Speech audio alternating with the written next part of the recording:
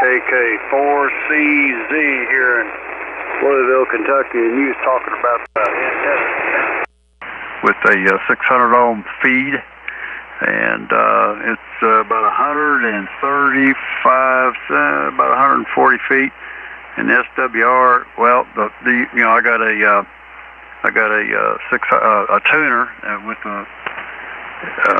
Well, let's start over. First of all, can you hear me okay, Jim? Oh, yes, sir. I'm on my local antenna now. I was monitoring up in New York, Pennsylvania, on SDRs up there, but I'm on my local antenna, and you're probably about 30 over, Roger. Oh, Roger. Yeah, I'm doing about, well, I've got an AL80B amplifier, Jim, running about 1,000 watts output right there. And but also I'm running a AT2KD going into about 6, maybe 7 feet of LMR 400 from the tuner, that, you know, radio amplifier tuner, and then about 6 to 8 feet going into a 4-to-1 balun, a 5,000 watt 4-to-1 balun right outside. Then that's going to the 600 ohm, homemade 600 ohm twin lead. You know, it's about 6 or 8 inch separation at 12 gauge wire going up there to the doublet. And you know, I just tune the coax is the only lossy part, and it's all band, all mode. Well, of course, all mode, but it does. You know, 10 meters, 2 meters, water meters, gas meters, electric meters, clear up to 75 meters, you know. And but it does real good right here, and anything in between, you know. In the 600 ohm line, you know, the SWR is probably you know, 8-to-1, but the tuner will tune it right out, and it doesn't have that loss. The only loss that's easily calculated is between the tuner and the 4-to-1 balun, because it's coax and it's an unbalanced line. So it goes from the 4-to-1 balun to balanced line to the what they call a doublet. Is it a doublet? Is it a dipole? I don't know. Roger. So the only real loss is that 10 or 8 foot section of RG400. Is that a Roger? Yeah, about 6 or 8 feet. Yeah. You know, and yeah, you know, I've done it all different kinds of ways over here, and I also have a full wave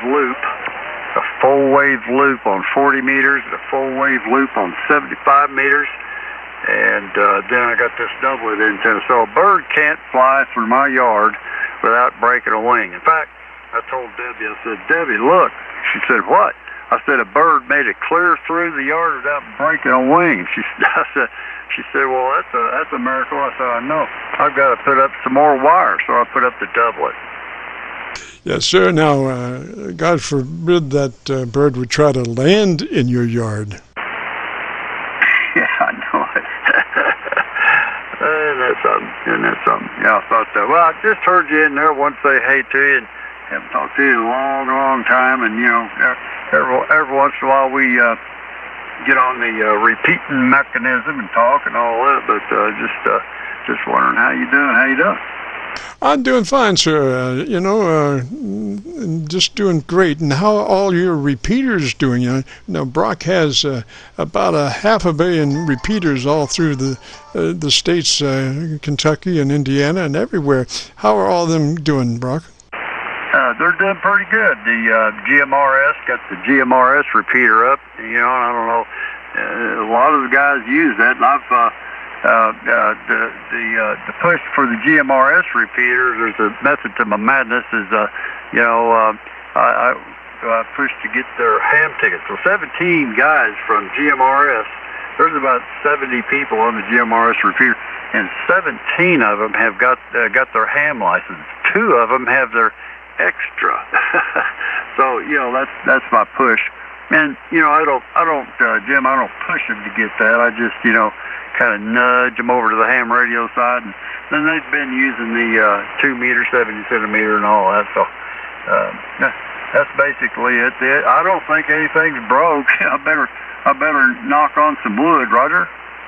Yes, sir. Yes, sir. Sometimes you need a sledgehammer to knock on the wood hard enough to keep things running, Roger. Oh, man, I know it. Well, anyway, dude, I just wanted to say hey to you and let you see how the doublet was doing. I've got my full wave 40-meter loop up. We could make a comparison. Now I don't see a whole lot of change on some stuff. Some people I do, some I don't. But the loop works pretty good. But let's see if I can. Okay. You said about 30 over. I'll have to unkey. So let me unkey and change over. Hang on. Okay. There's the loop A, and let's see, the SWR. Yeah, it's a little bit higher, but not that much.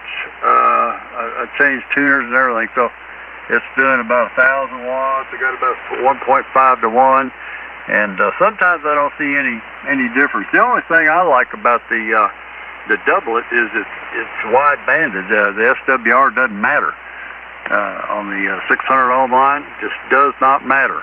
The losses aren't there. Very, very minimal.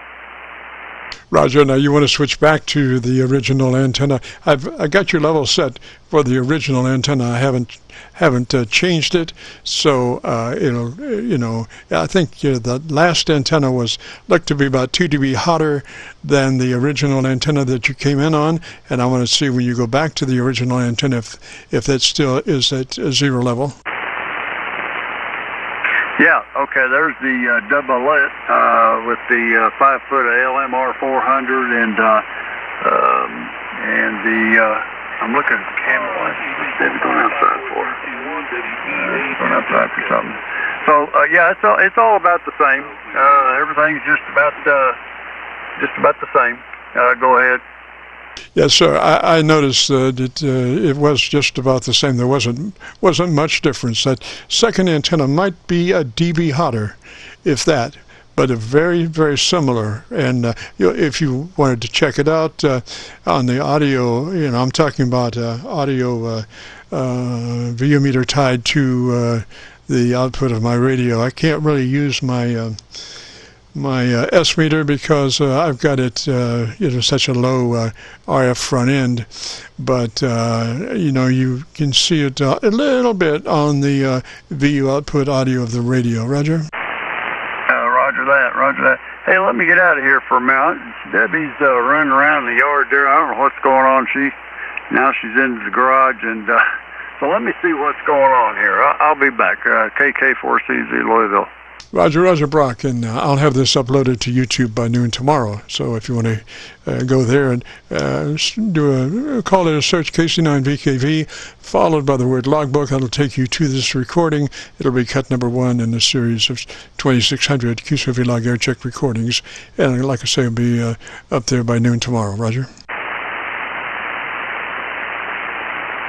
This is the Friday afternoon Qso-Vlog net. This is Jim. And we record now live till 5, so if you have a radio you want to check out, give me a shout.